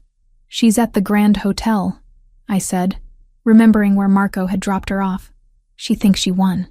Matteo handed the phone back to Marco. Take Leo and Sarah to the medical wing. Do not leave their side. If a fly buzzes too close to them, kill it. Where are you going? I asked, reaching for his hand. He squeezed my fingers, his touch gentle but brief. To make a phone call. He walked out of the kitchen, stepping over the debris of the battle. He didn't go to the car. He went to his private study, the one room in the house that had remained untouched by the violence. I was taken to the medical room, a sterile suite on the ground floor equipped for exactly this kind of lifestyle. The doctor, who had arrived with the second wave of security, set to work on my ankle. He administered a local anesthetic that dulled the sharp edges of the pain, leaving me floating in a haze of exhaustion. Leo sat on the bed beside me, holding my hand, refusing to let go. Barnaby slept at our feet. But while I was being stitched and bandaged, Matteo was dismantling a life. In his study, Matteo poured a glass of scotch but didn't drink it. He picked up the secure landline. He didn't call the police. The police were for civilians. He dialed a number that connected directly to his financial forensics team in Zurich. It's DeLuca, he said. Execute Protocol 0 regarding Vanessa Grant. Sir, 0 implies total asset liquidation and identity flagged for terror financing. That requires significant authorization. You have my authorization. Drain the accounts, every cent. Checking, savings, trust funds. Funnel it all into the charity for orphans we support. Leave her with nothing but the clothes on her back. Then, flag her passport as stolen and compromised by a cartel associate. Notify the federal agencies through a clean channel. Deliver a full dossier to the federal task force that pins her as the leak for the port trafficking ring. Understood. Initiating now. Matteo hung up. He dialed a second number. This one went to the editor of the city's largest tabloid. A man who owed Matteo his career and his kneecaps. Print it, Matteo said. The photos of her with the cartel lieutenant, the drug use, the embezzlement from her father's campaign funds, all the fake evidence we have in the vault for a rainy day. It pours tonight. It will be on the front page by morning, Mr. DeLuca. She'll be a pariah. I want her toxic, Matteo commanded. I want her own father to be unable to look at her without seeing his own political ruin. Make sure everyone knows. She is radioactive. He made one final call. To the senator, Vanessa's father. The senator answered on the second ring, sounding sleepy. Matteo? It's 3 a.m. What is the meaning of this? Your daughter just tried to have my son killed, Matteo said. The silence on the other end was deafening. I have the texts. I have the transfer logs. I have the confession of the men who died screaming in my hallway. Matteo, wait. We can discuss. There is no discussion. If you attempt to shield her, if you attempt to use your office to help her, I will release the files I have on your offshore accounts in the Caymans. You will let her fall. You will disown her publicly, or you will go down with her. I understand, the senator whispered. She is unstable. I will issue a statement. Matteo hung up the phone. He took a sip of the scotch. It wasn't violence. He hadn't touched a hair on her head. But by the time the sun rose, Vanessa Grant would be homeless, penniless, facing federal prison, and abandoned by her family. She would be a ghost in a city she used to rule. It was a fate worse than death for a woman like her. Matteo returned to the medical wing an hour later. He had washed the blood from his hands and face, though his shirt was still stained. He looked tired, the adrenaline finally fading to reveal the toll the night had taken. He walked over to the bed. Leo had fallen asleep, his head resting on my shoulder. I was awake, watching the door, waiting for him. "Is it done?" I asked softly. "She will never hurt us again," Matteo said. He pulled a chair close to the bed and sat down, leaning forward to rest his elbows on his knees. He looked at Leo, then at me. "The cartel will retreat. They lost their best strike team and their inside man. They know now that the cost of coming here is too high. We are safe." "The house is a wreck," I observed, looking at the ceiling where smoke stains marred the paint. "It's just wood and stone," Matteo dismissed. "I can rebuild a house. I cannot rebuild this." He gestured to the space between us. He reached out and took my hand. Avoiding the IV line, his thumb traced the calluses on my palm, the rough skin of a working woman. "You should have run," he said, his voice thick with emotion. "When you saw the mercenaries, you should have saved yourself." "I couldn't," I said simply. He's my boy too, Matteo." "In here." I tapped my chest. "You don't run on family." Matteo went still. The word family hung in the air, heavy and significant. He brought my hand to his lips, kissing the knuckles, then the palm, then the pulse point at my wrist. It wasn't the kiss of a lover trying to seduce. It was the kiss of a man swearing an oath of fealty. "I have spent my life building walls," he said, his dark eyes locking onto mine. "I thought power was keeping people out. I was wrong. Power is having someone worth letting in." He leaned in closer, his face inches from mine. I could feel the heat radiating from him. The intense predatory focus of the Mafia Don was still there, but it was tempered now by something else. Gratitude and desire. "You are not staff, Sarah," he whispered, his lips brushing against my forehead. "Not anymore. You are under my protection. The world will know that if they look at you wrong, they answer to me. You are untouchable."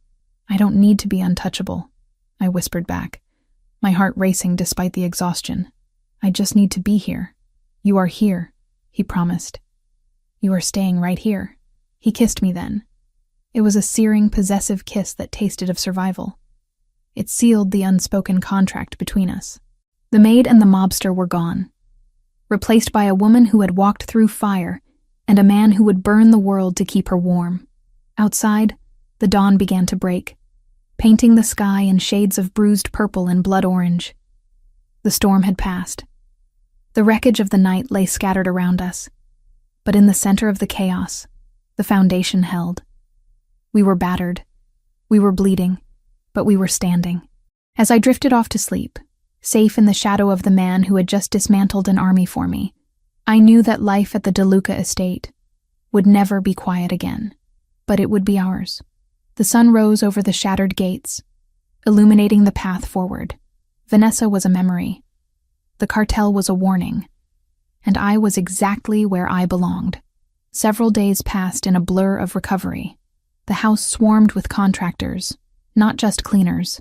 Matteo was fortifying the castle, but he was also changing it. The cold, museum-like atmosphere was being stripped away.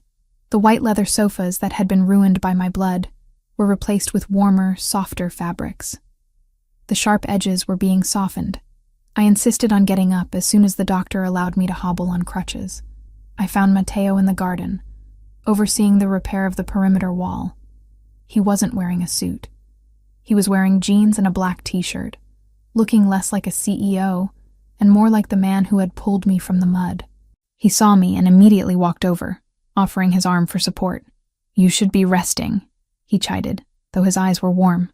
"I was going crazy in that room," I admitted. "Besides, someone needs to make sure the roses aren't trampled by the construction crew." Matteo chuckled. "The roses are safe, and so is the boy. He's inside teaching Marco how to play a video game. I believe Marco is losing badly." We walked slowly along the stone path. The air was crisp, smelling of wet earth and blooming jasmine. "I have news," Matteo said, stopping near the fountain. "Regarding our former problem. Vanessa? She was arrested this morning at the airport. She tried to board a flight to Dubai using a fake passport. The authorities were waiting. The press was there too. It was undignified. I felt a pang of pity, but it was fleeting. She had thrown a puppy into a storm and a child to wolves. She earned her cage. And the senator? He issued a statement condemning her actions and stepping down from his committee chair to focus on family matters. His career is effectively over. He chose to cut the limb to save the body, but the infection had already spread.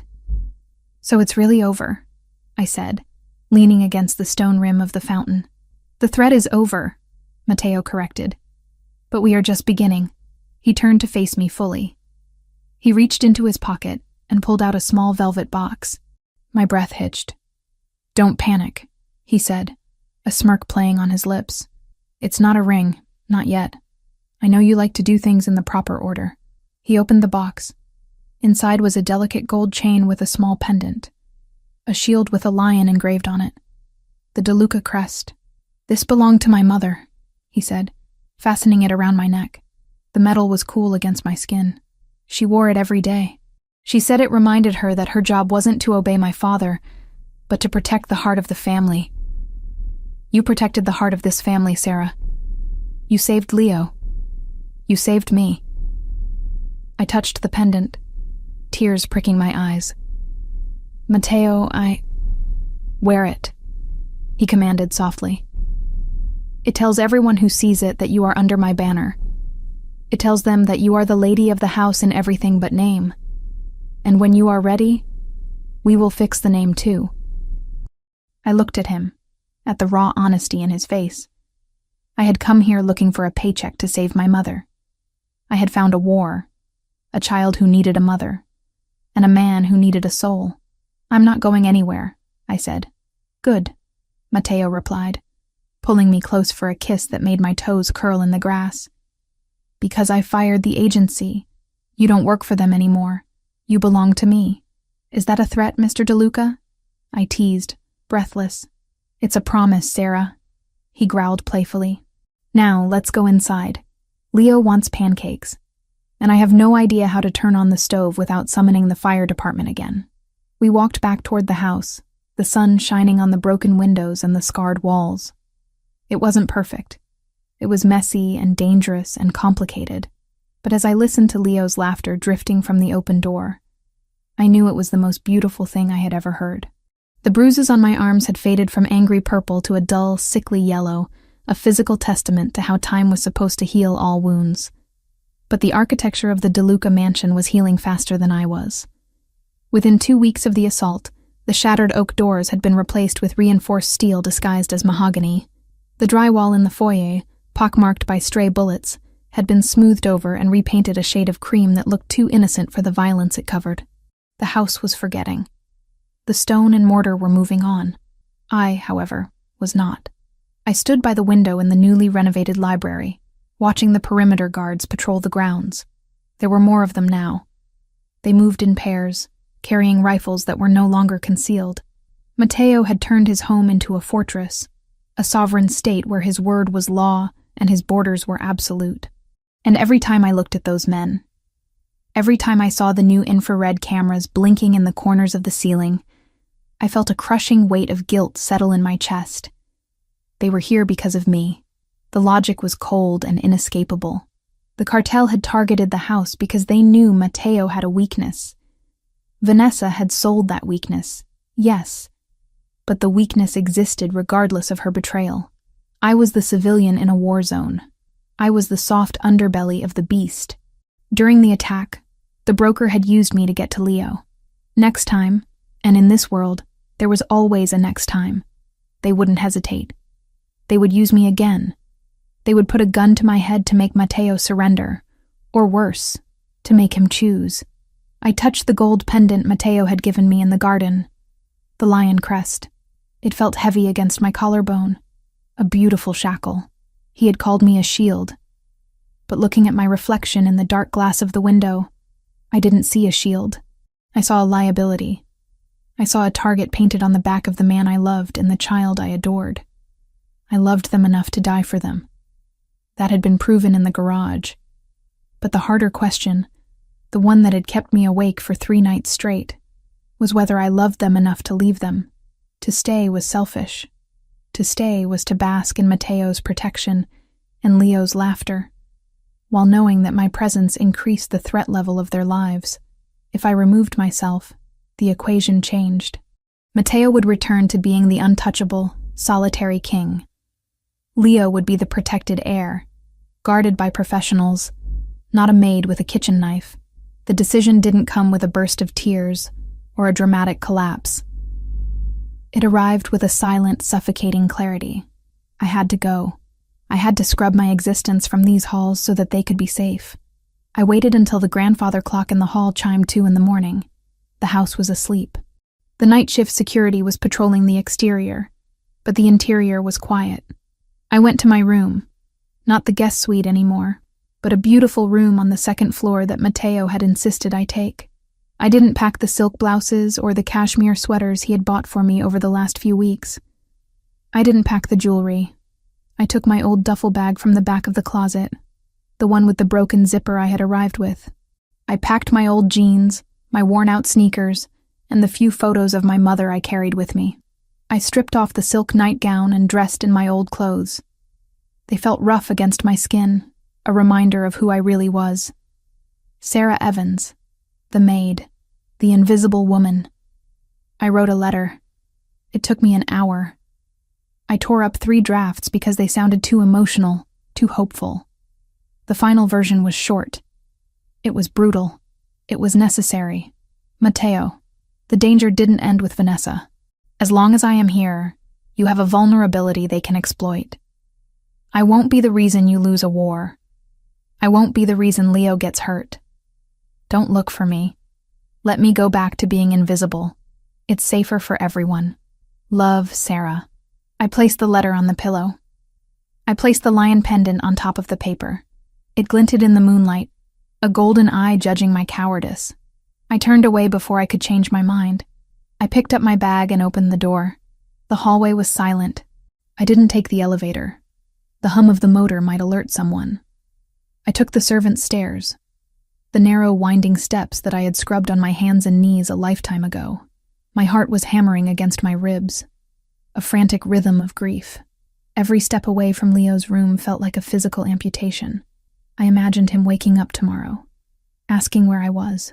I imagined the look on Matteo's face. But then I imagined the broker's gun at my head, and the fear of that recurring nightmare pushed me forward. I reached the kitchen. The side door near the pantry led to the garden path, which intersected with a blind spot in the old fence line, a spot the new cameras didn't quite cover yet. I had studied the diagrams while Matteo worked. I knew the way out. I reached for the handle of the door. My hand trembled. You didn't take the coat. The voice came from the shadows of the breakfast nook, dark and rich as espresso. I froze. The blood drained from my face. I didn't turn around. I couldn't. If I looked at him, I would break. It's cold tonight, Matteo said. I heard the scrape of a chair against the floor. He had been sitting there in the dark, waiting. You packed the denim jacket. It's not insulated. You'll freeze before you reach the main road. I'll be fine, I whispered, my hand still gripping the door handle. Please, Matteo, don't. Don't what?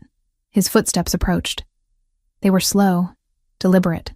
Don't stop you from making the biggest mistake of your life. Don't stop you from abandoning my son. That stung. I spun around, anger flaring bright and hot to mask the pain. I am saving your son. Do you think this is easy? Do you think I want to leave? Matteo stood in the moonlight, filtering through the high windows. He was wearing lounge pants and a dark t-shirt, his hair tousled from sleep he obviously hadn't been getting. He looked tired, but his eyes were alert, burning with that terrifying intelligence that missed nothing. If you are leaving, then you are not saving him, Matteo said calmly. You are breaking him. He just got you back.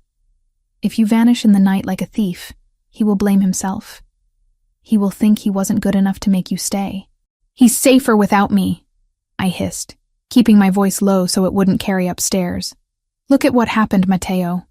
The broker used me. They almost killed you because they knew you would come for me. I am a weakness. I am a choke point in your armor. As long as I am here, you are compromised. Matteo stopped a few feet away from me. He crossed his arms over his chest, studying me as if I were a complex tactical problem he had already solved. You think you are the weakness? He asked softly. I know I am. I'm not trained. I'm not one of your soldiers. I'm just Sarah. You are the woman who blinded a mercenary with a fire extinguisher, Matteo countered. You are the woman who ignited a fuel tank to signal my approach. You are the woman who realized the threat before my highly paid security team did and put my son in a vault. You are not a weakness, Sarah. You are the only person in this house who acted with pure instinct. It was luck, I argued, tears stinging my eyes. Next time I won't be lucky. Next time they'll grab me at the grocery store. They'll use me to make you surrender. I can't live with that dread, Matteo. I can't live waiting for the day I get you killed. Matteo closed the distance between us. He reached out and gently pried my hand off the door handle. His skin was warm, his grip unyielding. Do you think I am a man who leaves things to chance? He asked. Do you think I haven't run the calculations? The calculations say I'm a liability. The calculations say that without you, this house becomes a mausoleum again, Matteo said, his voice dropping to a rough whisper. Without you, Leo retreats into silence. Without you, I become the monster everyone fears. With nothing to tether me to humanity. A king without a heart is just a tyrant, Sarah. And tyrants always fall. He took my duffel bag from my shoulder and dropped it to the floor. The sound echoed in the quiet kitchen. You say you are a target, he continued, stepping closer until I had to look up to meet his gaze. You are right. You are. Because you are mine. And anything that is mine is a target. That is the life. But you are looking at it wrong. You think you need to leave to remove the target. I say we fortify the target until the world breaks its hand trying to hit it. I don't want to be fortified. I sobbed, the fight finally draining out of me. I just want us to be normal. We will never be normal, Matteo said, framing my face with his hands. We are not built for normal. We are built for survival. You said it yourself in the hospital. You don't run on family. Well, neither do I. You are trying to resign from a position that is for life, Sarah. He reached into his pocket. I expected him to pull out the pendant I had left on the bed, to give it back to me. Instead, he pulled out a ring. It wasn't a modern diamond, cold and sharp like the one he had given Vanessa. This was antique, a band of heavy dark gold set with a deep red ruby that looked like a drop of blood or a burning ember. It felt ancient. It felt permanent. This was my grandmother's, he said quietly. She was the wife of a Don in Sicily during the war. She wasn't a soldier either. She was a schoolteacher. But when the enemies came, she stood. She didn't leave. She became the spine of the family. She taught me that the sword is useless without the hand that guides it. I am the sword, Sarah. You are the hand. You are the conscience. You are the reason we fight. I looked at the ring, blurring through my tears. Matteo, I am not offering you a job, he said, his voice fierce. I am not offering you a salary. I am offering you a partnership, a new contract, one that cannot be broken by fear or threats or insecurity. I am asking you to stand beside me, not behind me. I am asking you to be the mother my son chose, and the wife I need. He took my left hand. His eyes locked onto mine, daring me to pull away. You saved my son twice, he whispered. One from loneliness, once from death. You don't get to walk away from that. You are the foundation. If you leave, the house falls. Do you understand? The logic of his love was overwhelming. It wasn't about safety in the absence of danger. It was about safety in the presence of trust. He wasn't asking me to be a victim. He was asking me to be a queen. I'm scared, I admitted, my voice trembling. Good, Matteo said, sliding the ring onto my finger. It fit perfectly, the weight of it settling against my skin like it had always belonged there. Fear keeps us sharp. We will be scared together, but we will never be apart. He kissed me then, not with the desperation of the hospital, but with a slow, deliberate claim. It was a seal on a document, a vow written in breath and touch. I wrapped my arms around his neck, burying my face in his shoulder, letting the duffel bag on the floor be forgotten. Okay, I whispered into the darkness. I'll stay. You never left. Matteo replied, lifting me up. Now let's go upstairs. Leo wakes up early, and if he finds you gone, I will never hear the end of it. The fear didn't vanish instantly, but as we walked back through the silent house, the shadows seemed less menacing. They weren't hiding monsters anymore. They were just shadows, and I wasn't walking alone. 2 years later, the winter air was crisp and smelled of pine needles and roasting chestnuts. Snow had been falling since morning, blanketing the estate in a layer of pristine white that glittered under the floodlights. But inside the DeLuca mansion, there was no cold. There was only light. The grand hall, once the site of a brutal firefight, was now transformed into a wonderland of gold and burgundy. A 20-foot fir tree stood in the center of the foyer, its branches groaning under the weight of crystal ornaments and heirloom decorations. The scent of cinnamon and expensive perfume mingled in the air as a string quartet played a soft, elegant rendition of Silent Night in the corner. It was the annual DeLuca Christmas Gala, an event that the city's elite clamored to attend. Politicians, business tycoons, and old family allies filled the room, holding champagne flutes and speaking in hushed, respectful tones. But the atmosphere wasn't stiff or fearful as it had been in the years before.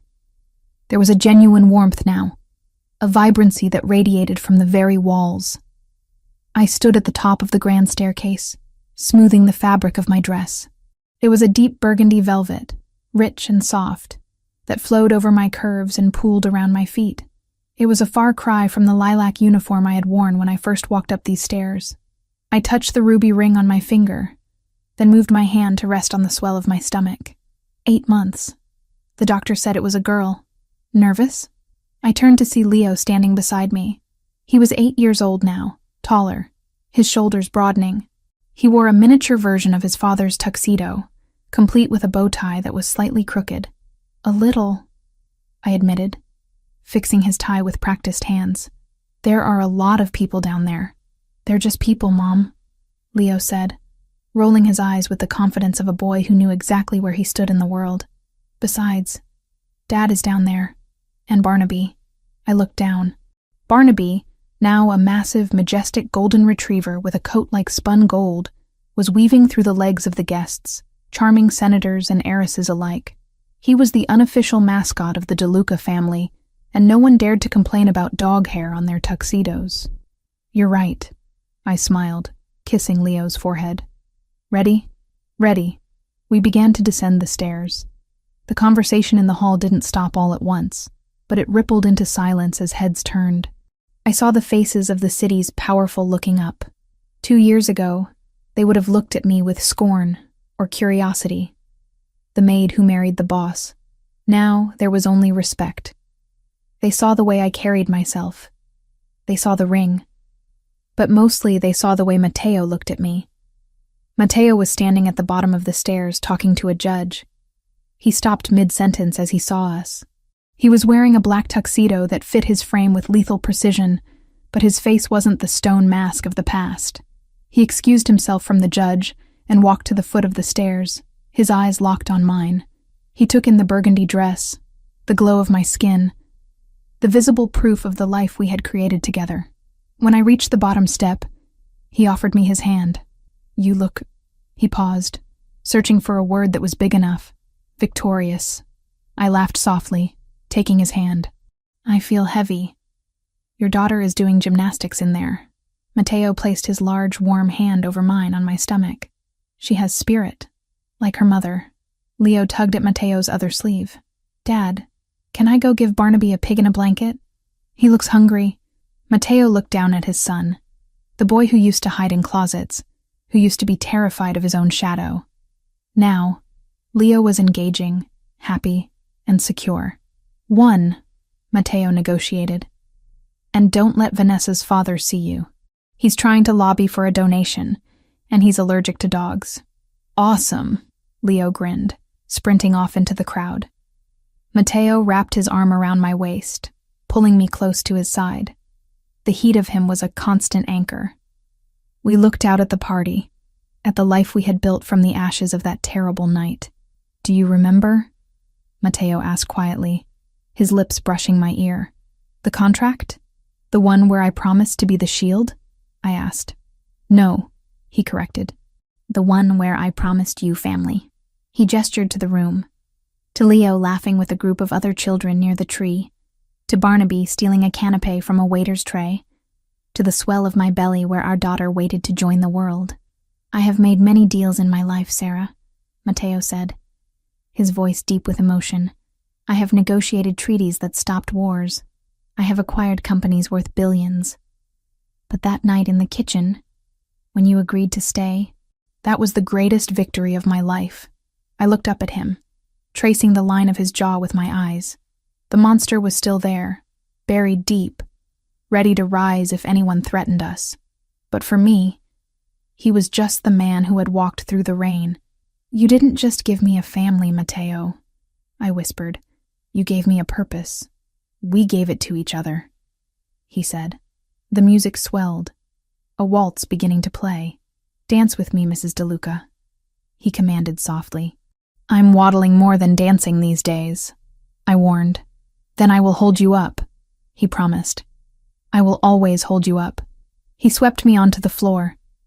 As we moved under the glittering chandelier, surrounded by the power and the wealth of the city, I realized that none of it mattered.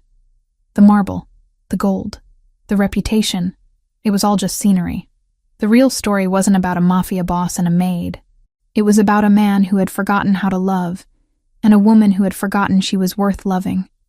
Finding each other in the wreckage of a storm, Matteo spun me gently, and for a moment, the room blurred. I saw the reflection in the window, a family, whole and unbreakable.